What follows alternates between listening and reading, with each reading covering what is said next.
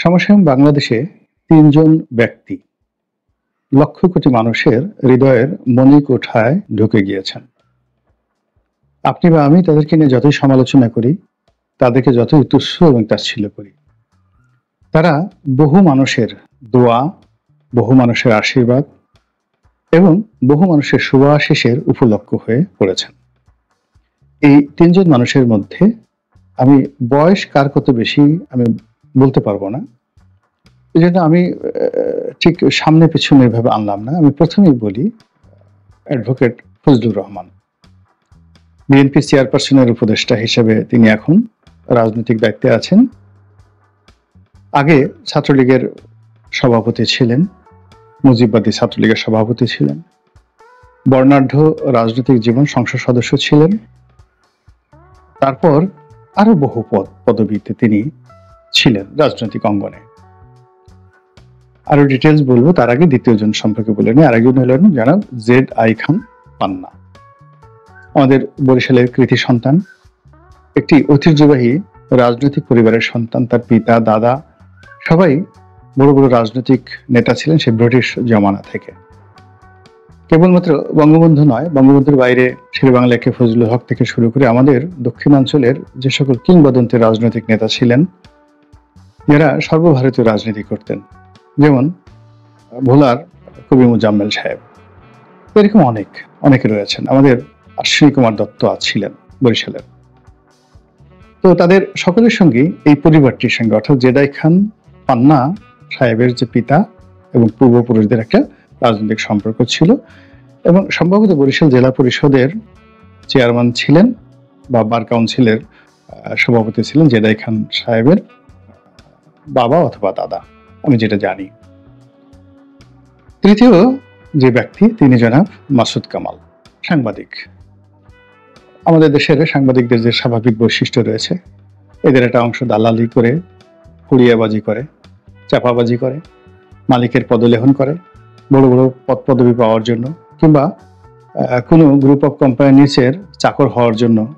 তারা বলতে গেলে সেই ওই সমস্ত গ্রুপ অফ কোম্পানি নিচের যে সকল দুর্নীতিবাজ মালিক রয়েছে, তাদের পদলেহন নয়, জুতা লেহন নয়, আরো কিছু লেহন যদি করতে হয়, সেই কাজ করেও অনেকে নিজের এই পেশাকে টিকিয়ে রাখার জন্য এমন কোনো জঘন্য কর্ম নাই, সেই কর্মের কারণে পুরো সাংবাদিক পেশাটাকে তারা কলঙ্কিত করে ফেলেছে। এবং এই সময়টিতে সাংবাদিক বলতে অনেক ক্ষেত্রে দেখা যাচ্ছে রীতিমতো গালিতে পরিণত হয়েছে।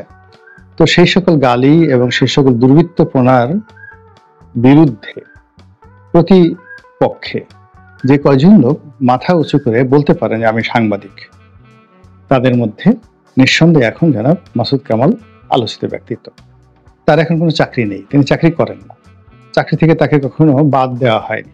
তিনি অনেকবার বলেছেন যে তিনি কখনো চাকরি হারা ছিলেন না, চাকরি ছেড়ে দিয়েছেন, এক চাকরি ছেড়ে দিয়ে আরেকটা পেয়েছেন, আর এখন তিনি শুধু ইউটিউব করেন। তিনি ইউটিউব করেন, তার স্ত্রী এইগুলোর ভিডিও ধারণ করেন, আর তারা দুজনে মিলে এডিটিং করেন, এবং এটাই মাশাআল্লাহ তার সংসার চলে যাচ্ছে, এবং এতেই তিনি খুব খুশি।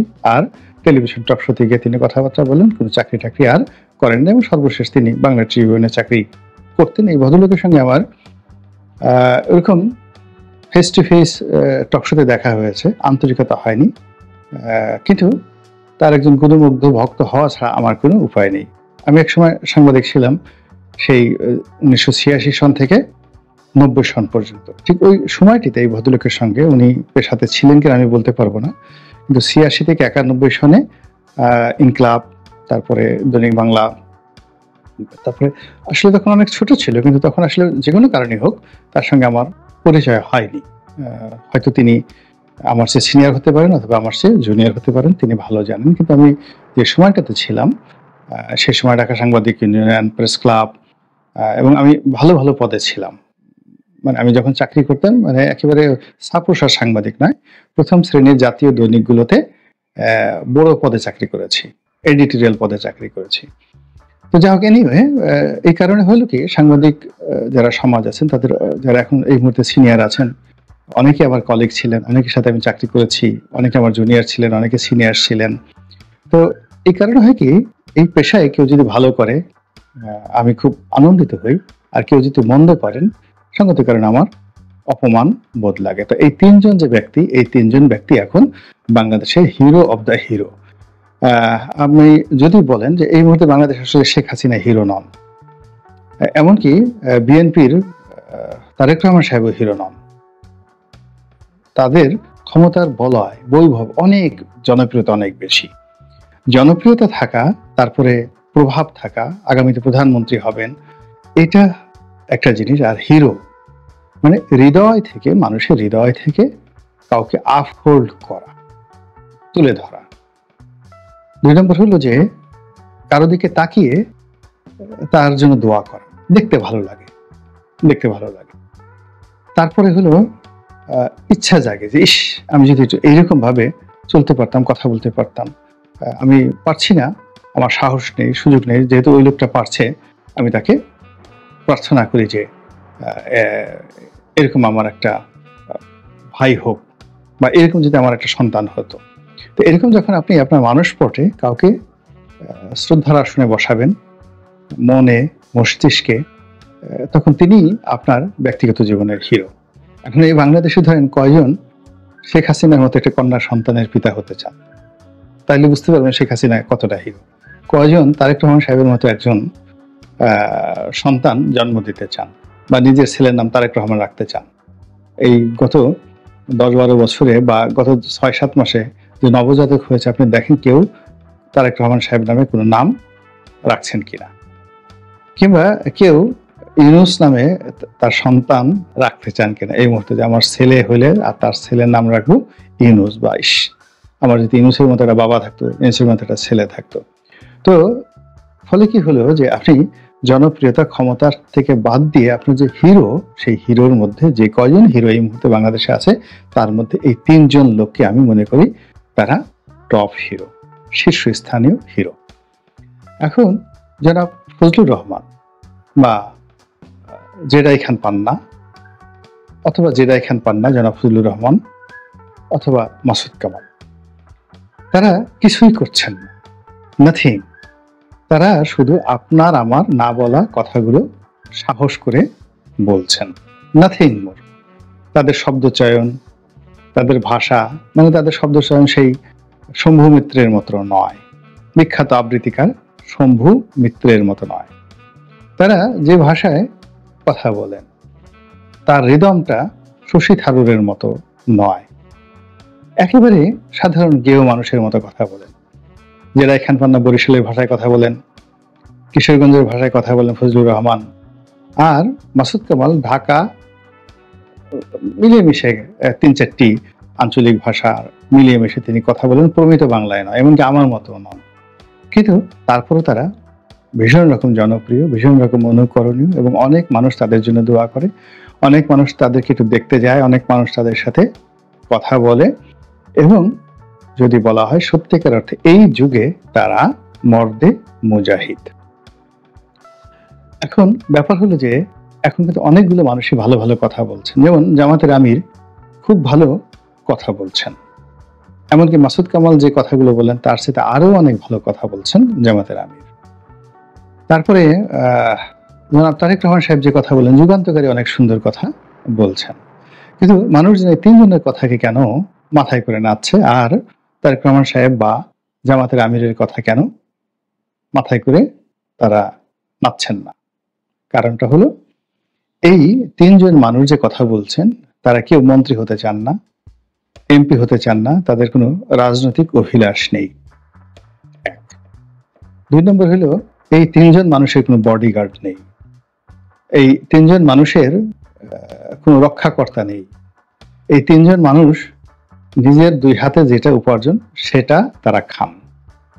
তারা পার্টির টাকা দিয়ে, পার্টির নেতাকর্মীর টাকা দিয়ে, কিংবা উত্তরাধিকার সূত্রে পিতার সম্পত্তির টাকা দিয়ে তারা খাওয়া দাওয়া করেন না। তারা রুটি রুজির জন্য যতটুকু উপার্জন করা দরকার এখনো মাথার ঘাম পায়ে ফেলে হালাল রুজি তারা খাচ্ছেন। ফলে তাদের রক্ত, মাংস, পিণ্ড, গিলা, কলিজা সব কিছু হালাল।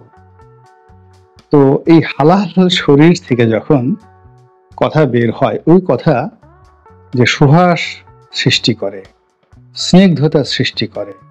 ওই কথাগুলো যেভাবে মানুষের মন এবং মননে ঢুকে যায়, সেইভাবে আপনার যদি একটা উদ্দেশ্য থাকে, একটা চাল থাকে, একটা টার্গেট থাকে, তখন আপনি তার চেয়ে ভালো কথা বললেও কোনো লাভ হবে না। যেমন ধরেন আমরা সিনেমাতে কথা বলি, অনেক ভালো ভালো ডায়ালগ রয়েছে, কিন্তু আপনি সেই ডায়ালগগুলোকে বলবেন না যে এটা দিলীপ কুমারের ডায়ালগ, এটা শাহরুখ খানের ডায়ালগ। কিন্তু বহু বছর আগে মির্জা গালিব একটা কথা বলে গেছেন, শত শত বছর আগে, কিংবা হাজার বছর আগে, প্রায় হাজার বছর আগে মৌলানা জালালউদ্দিন রুমি কথা বলে গেছেন, কনফুসিয়াস কথা বলেছেন, ডায়োজিনিস কথা বলেছেন, হেরোডোটাস কথা বলেছেন হাজার হাজার বছর আগে, নেপোলিয়ান বোনাপার্ট কথা বলেছেন। এগুলো কেন আমরা স্মরণ করছি? এর কারণ হলো এই কথাগুলো তারা হৃদয় থেকে বলেছেন। এই কথাগুলো বলার পেছনে তাদের কোনো স্বার্থ ছিল না, আর এই কথাগুলো বলার কারণে তাদের অনেকের জীবন ঝুঁকিপূর্ণ ছিল। তো যেটা বলছিলাম যে এই তিন ব্যক্তি যে কথাগুলো বলছেন, হৃদয় থেকে বলছেন, এই কথার পেছনে তাদের কোনো হাল নেই, চাল নেই, টাকা পয়সা পাওয়ার কোনো সম্ভাবনা নাই, পদ পদবি পাওয়ার কোনো সম্ভাবনা নেই, বরং এই কথাগুলো বলার কারণে তাদের জীবন ঝুঁকির মধ্যে।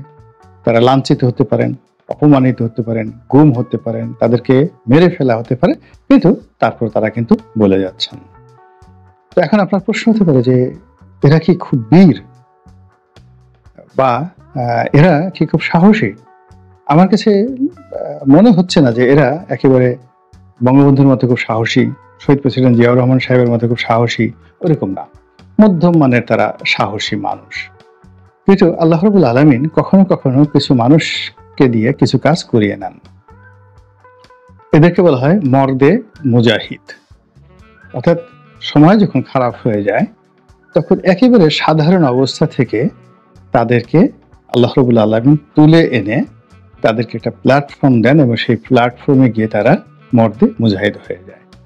যেমন ধরুন আমাদের এই জুলাই আগস্ট বিপ্লবের সময় যারা আসলেন, নাহিদ, সার্জিস, মাহফুজ আলম, তো ওই সময়টিতে তারা কিন্তু মর্দে মুজাহিদ। এখন পরিবর্তিত পরিস্থিতিতে তারা সেটা আছেন না না আছেন সেটা আলাদা একটা বিষয়, কিন্তু এখন যদি সেই দিকে বিবেচনা করেন যে জুলাই আগস্ট বিপ্লবের পরে যে পরিবর্তিত পরিস্থিতি তৈরি হয়েছে, যে ভয় সংস্কৃতি তৈরি হয়েছে, যে মব জাস্টিসের পরিস্থিতি তৈরি হয়েছে, যেখানে সত্য ইতিহাস বলার মতো লোক নেই, সত্য কথা বলার মতো লোক নেই, এবং যেখানে সবাই খুঁজতেছে, তেলের বোতল নিয়ে ঘুরছে যে এই তেল কি জামাতের পায়ে দিলে বেশি লাভ হবে, নাকি বিএনপির পায়ে দিলে বেশি লাভ হবে, নাকি ডক্টর মোহাম্মদ ইউনূস এবং তার উপদেষ্টাদেরকে বা সমন্বয়কদের দিলে লাভ হবে, এইগুলো নিয়ে যখন খুব সিদ্ধান্তহীনতায় একটা বিশেষ শ্রেণীর লোক ঘুরছে, কিংবা কোন দলের মনোনয়ন পাওয়া যাবে, কিংবা এখন কোন কথা বললে মনোনয়ন বাদ হয়ে যেতে পারে, কোন দলের সদস্য পদ বাদ হয়ে যেতে পারে, পদ পদবি বাদ হয়ে যেতে পারে, এই চিন্তায় যখন মানুষ অস্থির, তখন এরকম তিনজন লোক এই বাংলাদেশের মাটিতে বসে তারা ডরহীন, ভয়হীন, দ্বিধাগ্রস্ত না হয়ে আল্লাহর ওয়াস্তে যে জবানের হক আদায় করছেন, তারপরে মনের হক আদায় করছেন, মস্তিষ্কের হক আদায় করছেন, তাদেরকে আল্লাহ রাব্বুল আলামিন শিয়াল, কুকুর, পশু পাখি না বানিয়ে আশরাফুল মাখলুকাত বানিয়েছেন, মানুষ বানিয়েছেন। এই মনুষ্যত্বের কসম খেয়ে তারা মনুষ্যত্বের হক আদায় করছেন।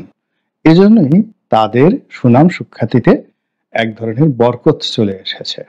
ফলে তারা খুব সাধারণ মানুষ, তাদের পোশাকের মধ্যে কোনো রকম বৈশিষ্ট্য নেই, তারা আমার মতো দামি গাড়ি বাড়ির মালিক নন, আপনার মতো দামি ঘড়ি তারা পরেন না, তাদের রোলস রয়েস নেই, তাদের রোলেক্স নেই, তারা খুব স্টাইল করে, মানে যেভাবে আমাদের বাংলাদেশে অনেক আছে না, বাংলা বলে ইংরেজির মতো করে খুব স্টাইল করে অনেকে কথাবার্তা বলে মানুষকে আকর্ষণ করতে চায়। তারা কিছু মানুষ আছে যেখানে যায় সেখানে তারা বড় একটা চেয়ার পেতে হবে, সম্মান পেতে হবে, এরকম কিছু লোক আছে আমাদের সমাজে। কিছু মানুষ আমাদের সমাজে বুদ্ধিজীবী আছে, চুল বাঁকা করে রাখে, তারপরে শেষে তারা একটা কথা বলতে গেলে সেই কি বলবো, মানে এমন একটা ভাব নেয় যে তার চেয়ে পণ্ডিত ব্যক্তি এই পৃথিবীতে আর কেউ নেই। তো এই তিনজন মানুষ ওইরকম না, তারা খুব একেবারে সাহস সরল মেহনতি মানুষ। তারা যে কথাগুলো বলেন গ্রামের কৃষক বুঝতে পারে, আবার ঢাকা বিশ্ববিদ্যালয়ের ভাইস চ্যান্সেলর বুঝতে পারেন। তারা যে কথাগুলো বলেন এগুলো অনুবাদ হয়ে যখন মার্কিন প্রেসিডেন্টের কাছে যায় তিনিও বুঝতে পারেন, শেখ হাসিনাও বুঝতে পারেন এবং রাস্তার যে ঝাড়ুদার তারাও বুঝতে পারেন। ফলে এই ৩ জন মানুষ একটা ত্রয়ী যে উপাখ্যান তৈরি করেছেন এই বিরূপ পরিস্থিতিতে। তাদের কর্মে আল্লাহ আরো বরকত দান করুন। তাদের মান, মর্যাদা, সম্মান আল্লাহ আরো বৃদ্ধি করুন। তাদের কণ্ঠকে আল্লাহ বুলন্দ করে দিন। এই প্রার্থনা করছি। আসসালামু আলাইকুম ওয়া রাহমাতুল্লাহি ওয়া বারাকাতুহু।